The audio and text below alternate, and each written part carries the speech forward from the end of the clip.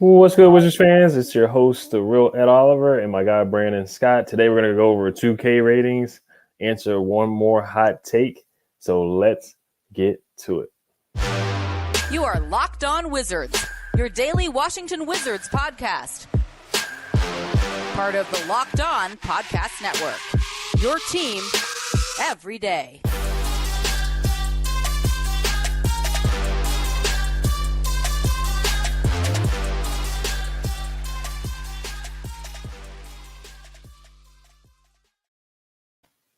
Welcome to the Locked On Wizards podcast. Just want to thank you guys for making Locked On Wizards your first listen every day. We are free and available wherever you get podcasts. So today we're going to answer our last hot take question, and also the Commanders are undefeated. We'll probably touch on that maybe a little bit towards the end of the show for the people who are Commanders fans as well. But the last hot take that we have here that we're getting to, this one is from Twitter. This is from Bob Sacamano. His username on Twitter is at it's Mr_McCoy to you, the letter U, not Y-O-U. He says, if we leave emotions of the haunted past of this franchise out of it, emphasis on if, we stay healthy and steer clear of locker room drama, this is a roster that could be a 6th seed in the East. What are your thoughts on that? I'm inclined to agree. I think we focus too much on past teams and past failures. I think we need to start, as a fan base, start looking at the future as, a little bit of optimism. We got a GM who has proven he's not, a disciple of Ernie. He's set his own standard. He's got his improvements, but overall, I've been impressed with him as a GM. We got to stop looking at the past. I mean, the situation is what it is. Bradley Beal is our guy. So the focus is going to have to be, going forward, him being a franchise guy and how to surround him with talent. So, I totally agree. Barring injuries, this team as a ceiling can be a 6 seed, easy. I do think we're not done dealing people. I think a couple of young guys will be dealt. I think Will Barton will be dealt because he's on an expiring contract. But, yeah, overall, I agree. Yeah, it's so hard not to look at the past. I mean, we haven't gotten past the second round of 1979. We're just an almost team. We almost, make it past the second round. We almost, beat the Celtics and almost beat other teams and the Hawks, if John Wall didn't break his hand and all kinds of stuff. So, yeah, we're trying to leave the ghost of the Black Cat over the Washington Wizards franchise. It is hard to do that. I think Tommy Shepard is trying, like you brought up, Brandon. He's trying to make different moves, clearing up cap space, getting off bad contracts. I love the trade for Daniel Gafford. I really like the trade for Porzingis. I'm gonna say I love that trade too. I love it because he was able to get off bad contracts with Dinwiddie and Bertans and bring in Kristaps Porzingis. So I mean, I think that was our big offseason move. I think as far as the 6th seed. I say it time and time again, this Eastern Conference it's tough. It's like the Western Conference from a couple years ago where teams were making the 8th seed was like 45 and 37. I think it's going to be like that this year where there's not going to be teams with losing records like it's been in the Eastern Conference before where we made the playoffs 34 and 38. It's not going to be like that. Teams are going to be on the play-in having winning records like 43 and 39. Teams like the Cleveland Cavaliers, they're going to be fighting for a spot. They're going to make the playoffs, but the Hawks are going to be fighting for the 8th, 9th, or really even the 7th seed. The Raptors as well. So it's going to be a dogfight in the East. But I think the Wizards got better. I like the addition of Will Barton. You did say that the Wizards probably will have to consolidate, make a consolidation trade. They got a lot of guys at similar positions. They have a log jam, just kind of like we did last year. But I think, if things go right and guys stay healthy, man, I'm riding the Porzingis bandwagon this year, man. I'm very high on Porzingis. I'm very high on Bradley Beal having a bounce back year too. Kuzma having a heck of a year too. Denny making a leap. Rui making a leap. Monte being that steady point guard. Monte was talking about the Wizards way. I don't know what the Wizards way is yet, but I'm intrigued to see it. Gafford make a leap too. Denny, Kuzma, all these guys. And once again, they got to stay. That's the thing with Porzingis. The knock on him is health. So can he play more than 65 to 70 games? Can he play back-to-backs? Can he stay healthy on the floor? Can he be consistent? And I love what I saw from him in the last 17 games of the year. I really liked what I saw from him from FIBA. I'm not going to take too much stock in I'm not going to downplay FIBA at all, but at the same time, I know It's lesser competition than the NBA that he played against, but he just looked really healthy, and he was guarding guys in the perimeter. And he's a unicorn. He's really a mismatch, and I think he's on a revenge tour. So I'm putting my chips in on Porzingis being healthy and him being an all-star this year. I'm really a believer in Kristaps. Oh, I totally agree. And I think, we were talking about the Commanders a little bit. I think that Porzingis is the Carson Wentz of the Wizards.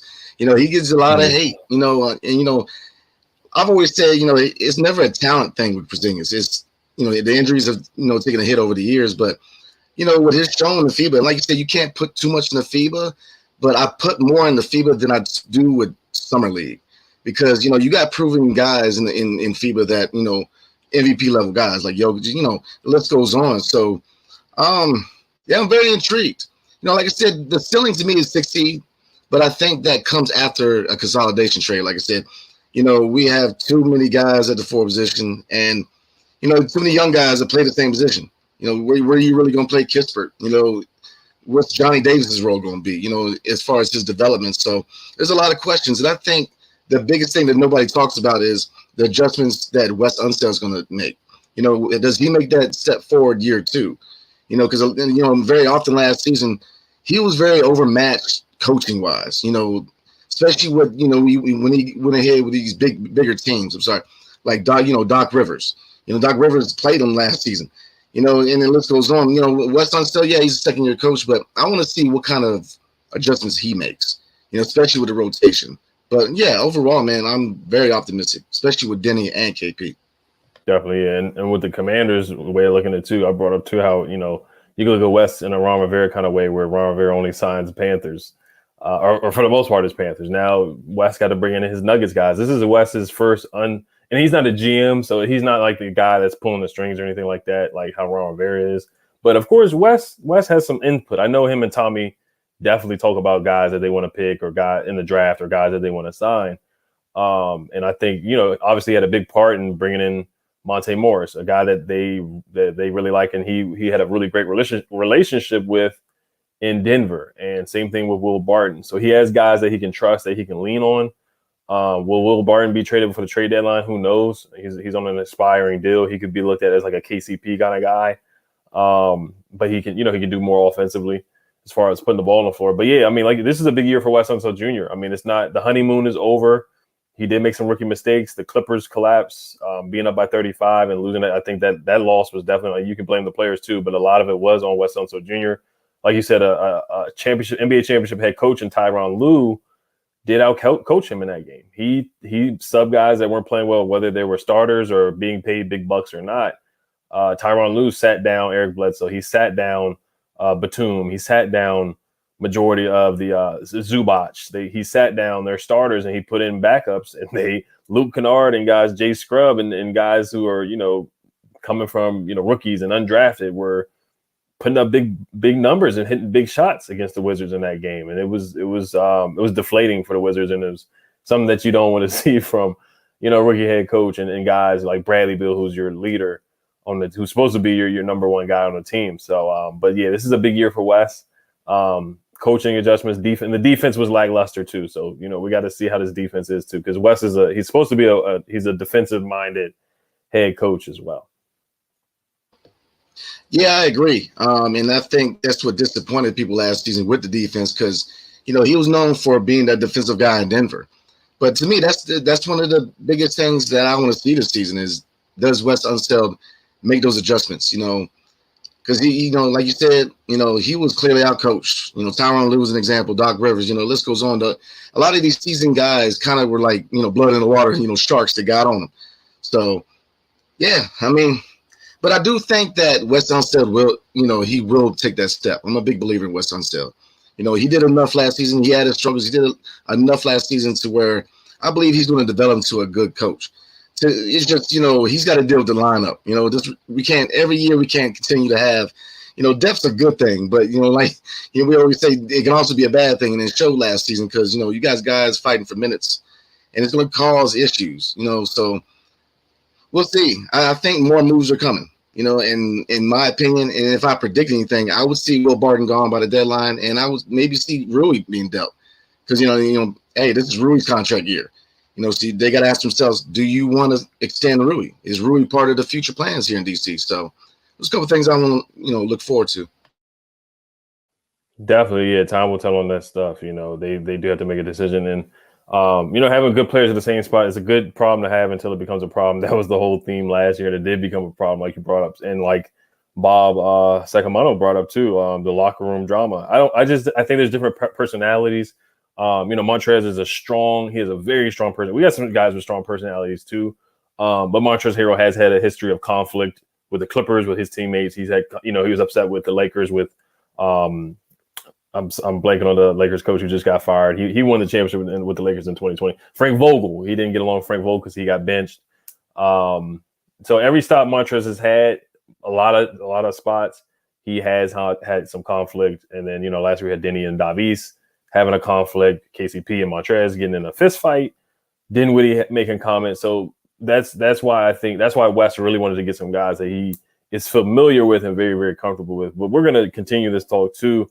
This episode is brought to you by BetOnline. We're going to get into, we'll try to get into some Eastern Conference odds today that were shown by BetOnline. BetOnline came up with some odds for the Eastern Conference. But before we do get to that, this episode is brought to you by BetOnline. BetOnline.net is your number one source for all your pro and college football betting needs and sports info this season. Find all the latest football league developments, game matchups, news, and podcasts, including this year's opening week's games. BetOnline is also your continued source for all your sporting wagering information, including live betting, esports, and scores. The fastest and easiest way to check in on all your favorite sports and events, including MLB, MMA, boxing, and golf. Head to the website today or use your mobile device to learn more about the trends in action. BetOnline, where the game starts. Also, this episode is brought to you by NBA Top 50. Steph Curry, Kevin Durant, LeBron James, Giannis. Which NBA player moves the betting line the most this season? Locked On and BetOnline odds makers present the NBA Top 50 most valuable players starting on September 19th. Find it on Locked On NBA wherever you get your podcasts on YouTube. All right, so another point I wanted to make. So they did come up with the odds too for BetOnline. I just want to get your reaction on whether you, if anything stands out to you for the BetOnline odds that they just put out to win the Eastern Conference. So the first team is the Boston Celtics with plus 250, the Milwaukee Bucks at plus 275, the Brooklyn Nets at plus 400, the Miami Heat at plus 650, the Sixers at plus 75, the Cavaliers at plus 1600. This came out on September 1st. So this came out after the Donovan Mitchell trade. The Raptors at plus 2,000. The Hawks at plus 2,500. The Bulls at plus 2,500. The Knicks at plus 4,000. The Hornets at plus 6,000. The Pistons at plus 20,000. The Wizards at plus 20,000. The Pacers at plus 25,000. And the Magic at plus 25,000. So we'll if you're watching on YouTube, you got to look at Brandon's reaction. So we may not get to the 2K rating today. We'll probably get to that to the next episode. We are in the dog days of the off season, 3 days a week. So we'll probably react to the 2K rating next episode. But Brandon, I guess I'll let you go ahead first. No love, no respect. I mean, but it's as expected. I mean, we always said that when you look at the, teams in the East, you can easily go to 10 and 11 and the Wizards, it's just, it just shows that the odds are really against us. Mm-hmm. I agree with the top four. Obviously, Milwaukee's going to be in the hunt. As long as Giannis and Middleton and Holiday's together, they're going to be in the hunt. And, Milwaukee's got that perfect, role players. The Bobby Portis, who was one guy I wish we would have kept on to. Boston. To me, all roads go through Boston. Jason Tatum took a step forward. So, I agree with it. I think that the Cleveland Cavaliers should be 2 to 3 spots higher. So I think the acquisition of Donovan Mitchell is major, especially when you combine that with Garland, Mobley, Allen. I think they're a major threat. I think they could be 3 or 4th in the Eastern Conference. Brooklyn, we'll see. Ben Simmons, does he come back and play? Miami, they're in the hunt. I want to see, how far Jimmy takes them. But other than those teams, I'm not really sold on Philly. I'm not big on Philly. James Harden is obviously not the same guy. You know, Embiid in the press conference called him out. You know, he's not the James Harden from Houston. You know, so he's gonna, we'll see. I'm not big on Philly, so it shows that the bettors are definitely against us, but that gives us more fuel. I think that even though I think we're going to be better than advertised. So, right. The top four. I got this. I got the Bucks above the Celtics. I think they have the Bucks with Giannis. I mean, Giannis is the best player in the NBA in my opinion right now. So their odds aren't too far off. The Celtics, they brought in Brogdon, they brought in Gallinari. Unfortunately, Gallinari tore his ACL playing overseas, so that's unfortunate. But they still have a darn good roster. They're bringing everybody back, like you said. Tatum's getting better. Jaylen Brown's getting better. They're still young. And they have the potential to be a dominant team over the next couple of years. Ime Udoka did a really good job as a first-year head coach.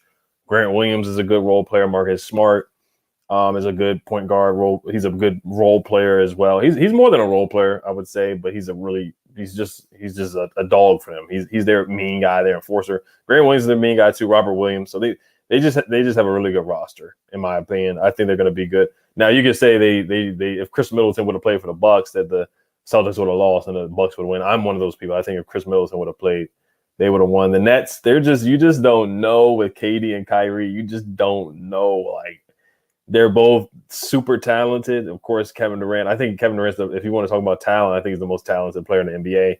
Or offensively polished. I think he's more offensively polished than Giannis. But after that series against the Celtics, I was disappointed in Kevin Durant after that. But yeah, the Nets, I just don't know. The Heat are up there because of their culture. Jimmy Butler, they did lose guys though. They lost PJ Tucker. They didn't really add much, so they lost more than what they really added. I think they lose some toughness. But the Cavs, I'm with you on the Cavs too. I think they're still in the middle of they're better than what they were for sure. They definitely got better. Bringing in Donovan Mitchell makes them better. A lot better. I love when teams are aggressive like that. I love the move they made, especially the spot that they're at right now. They're a young team trying to get better. They have all-stars. They have 4 all-stars on their team. I mean, Garland's an all-star. Allen was an all-star last year. Donovan Mitchell was an all-star. And Evan Mobley is a future all-star. So they basically have 4 all-stars on their team, in my opinion. Raptors are fine. They're going to be a play-in team or 7th seed. You got to watch out for them because Scotty Barnes is getting better. Siakam. And then the Hawks, we got to see how the fit is. And the Bulls, Lonzo Ball is injured, so I just don't know about those guys. I think they're a good team, they're a good roster, but I think I could see them regress a little bit. And then we'll get to where we're at. Did you talk about where they have us below the Pistons? Yeah, that's foul. Come on. That's foul. I mean, come on now. We ain't that bad. Come on. Yeah, the Pistons, I mean, look, but I'll say this, the Pistons do have a nice young core, and I think they can surprise people. Really, I think the question is, how does Jaden Ivey and Cade Cunningham fit together? Because if they fit well, that's the future. That's a really good backcourt. Sadiq Bey is nice, Isaiah Stewart. So, I mean, I can see the optimism, but I wouldn't be too optimistic to that point, you know what I mean? But yeah, the Wizards ain't getting too much love. I definitely, that was my biggest take on it was Detroit. So, right. Having us below Detroit, I think we're better than the Hornets too, to be honest. I don't think they really made many moves to get better. They actually lost. They lost Trez. They lost Miles Bridges as well. So that's losing Miles Bridges to the unfortunate thing that's going on with him, the domestic violence. I hate to see that happen. But he's really good. He's a really good player, and he definitely would help them. Gordon Hayward, you just can't trust him to stay healthy throughout the whole season. LaMelo Ball's a great player. Rozier's a great player. They still don't have a big man. They drafted Mark Williams from Duke, but he's still watching the summer league. He still has a little ways to go to get used to the NBA game. So I don't think the Hornets are better than the Wizards. I would have the Pistons. I would have the Wizards above the Hornets. Of course, I would have them over the Pistons. Even though, like you said, I'm not going to sleep on the Pistons. I was a Jaden Ivey guy. I really wanted the team to trade up for Jaden Ivey. But I think the Wizards are better than the Pistons. They should be. If they aren't, then yeah, it's a very disappointing season. No disrespect to Detroit. And then the Knicks too. I think I would take the Wizards over the Knicks too. How do you feel about the Knicks? I'm glad you said something because I'll definitely have them over the Knicks. That's my bad. Yeah, I totally agree. I don't think the Knicks. Jalen Brunson, he's a solid player, but would he be my plan A for an offseason. Nah, I think they really dropped the ball and not getting Donovan Mitchell. You know what I mean? Donovan Mitchell on that team does elevate the Knicks. I mean, that's the thing. If you put Mitchell on the Knicks, that they elevate. But does R.J. Barrett really take that leadership role this season? I don't know. Julius Randle, like I said, he's defense has really found out about him. He was hot the first couple, the first year in New York, and people figured out that he couldn't go right. So now, he struggled. So I like New York, but no, we're definitely better than Charlotte. We're definitely better than Detroit, and we're definitely better than the Knicks. Charlotte's a lot like Detroit, though. I mean, LaMelo's nice. People kind of slept on him because his brother. I mean, his brother's nice. The drama surrounding, big baller brand. Yeah, so I think a lot of people judge their game off of the craziness, off the court stuff. Him and his brother are solid point guards. I mean, Lonzo proved that. So I would keep an eye on Detroit, and I would definitely keep an eye on Charlotte. And in the season, those are the teams we need to beat. That's the measuring stick to me. Is if we can beat the Chicagos, if we can beat the Charlottes, if we can beat these teams, the Detroits, then that's going to give me a measuring stick of how good this team can really be. Mm-hmm. Yeah, earlier about the 62, I can't remember if I brought up Dale Gafford too, but I think he's going to be a big piece. But the Knicks, like you brought up, their best offseason signing or trade was Jalen Brunson, who's a fine player, a great player, put up 40 points in a playoff game. I mean, he gets to the basket at will.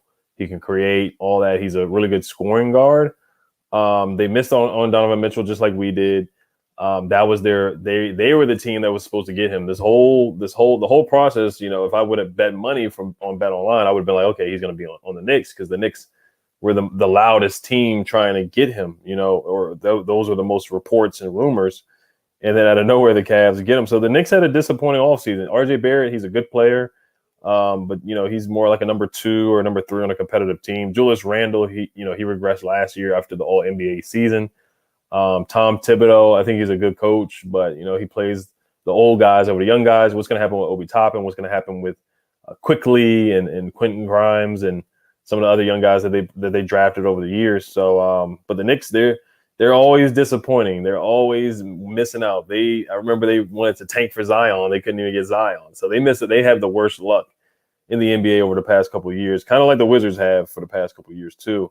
So I would take us over the Knicks too. I just think I don't see these teams stopping Porzingis. I'm really high on Porzingis. I like the matchup with Porzingis versus the Knicks and the Hornets. I don't see anybody that can guard Porzingis with the Hornets. Same thing with the Pistons too. Bradley Beal too. Those two, and then Kuzma, our big 3. I think our big 3 is just better than what the Hornets have and the Pistons have and what the Knicks have, to be honest with you. Oh yeah, I totally agree. Charlotte just doesn't have. Our solid 3. I got you. Yeah, I mean, I agree. I'm intrigued by our roster. I'm a big Porzingis guy. I always have been. Like I said, talent is there. It's just being healthy.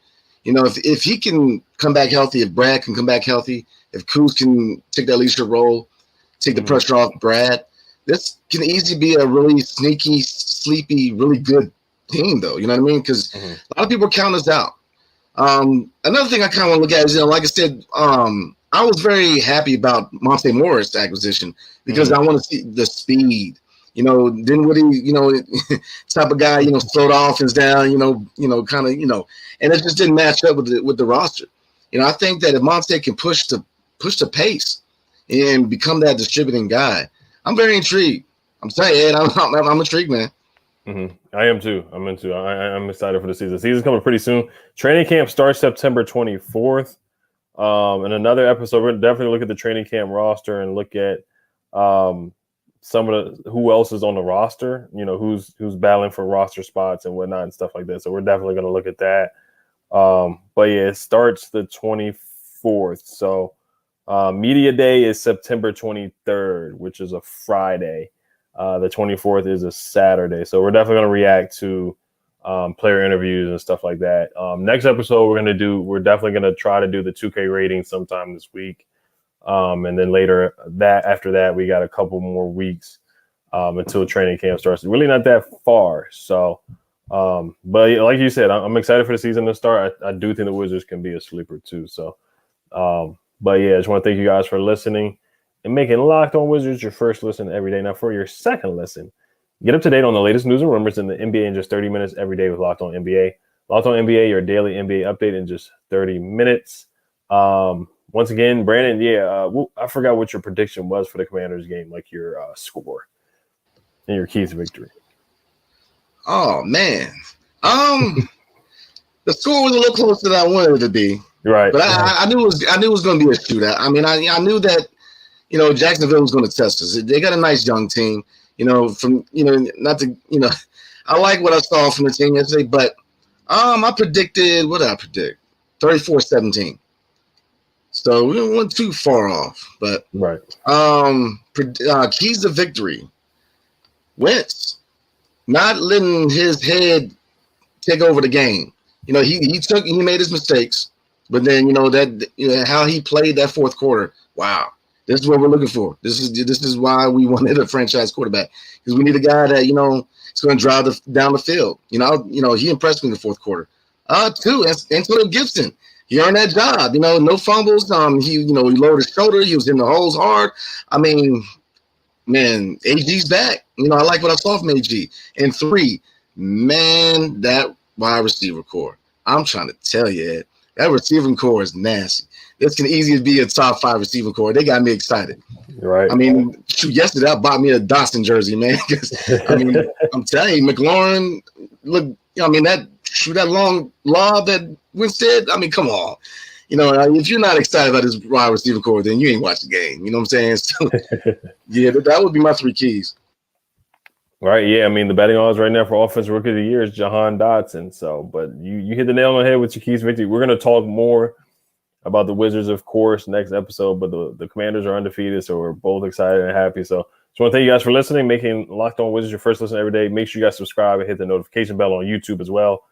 Hail to the Wizards. Peace.